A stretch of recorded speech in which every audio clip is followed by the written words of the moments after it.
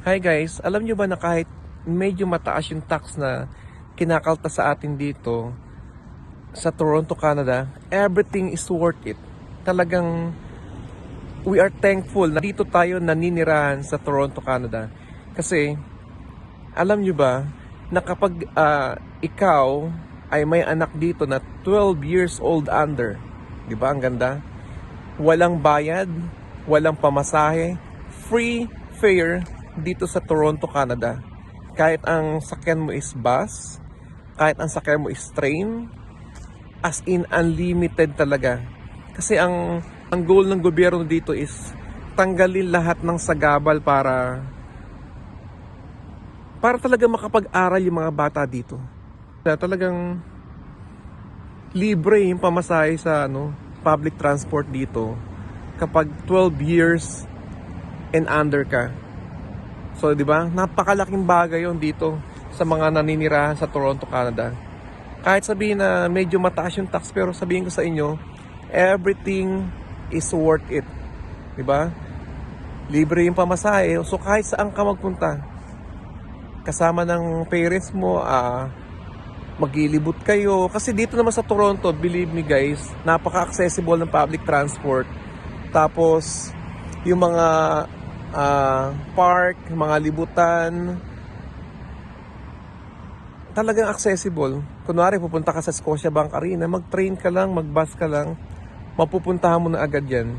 Magpunta ka sa Lakeshore, accessible ng bus. Magpunta ka sa Wonderland, accessible ng bus. Magpunta ka sa Ripley's Aquarium, talagang super lapit lang. CN Tower, talagang tabi-tabi lang sila.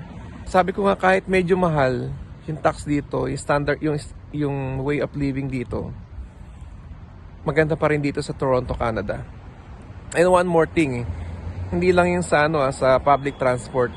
Kapag may anak ka dito na at a school age, yung nag-aaral sa eskwelahan, elementary or high school man yan, as long as qualified siya sa Transportation School Board Policy, i-fill up ka sa office, and then qualified ka, bibigyan ka ng school bus niyan. Libre. Susunduin ka sa tapat mismo ng bahay nyo, papasok at saka pauwi. Walang bayad. Ganyan kaganda rito. O sabihin naman ng ibang nagko-comment, Sir, hindi libre yan. Galing yan sa tax. Sa taxpayer. Oh. Whatever. Lahat naman tayo nagbabayad ng tax. Kahit sa Pilipinas nagbabayad ng tax. Pero wala namang libreng di ba? Libreng school bus, walang libreng public transport dito. Hindi ko kinukumpare na, sabi ko lang dito talagang ma-avail mo yung ganda ng serbisyo ng ng gobyerno. Ulitin natin, pag 12 years under ka, walang pamasahe, walang bayad sa public transport. Ganyan kaganda.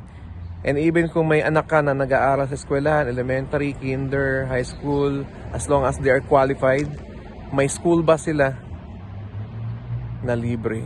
Ganyan kaganda rito. So yun lang, have a great day and always be a blessing to other people. Mabuhay ang manggagawang Pilipino sa anumang panig ng mundo. Talagang saludo sa atin, sa inyong lahat. Yan. Have a great day.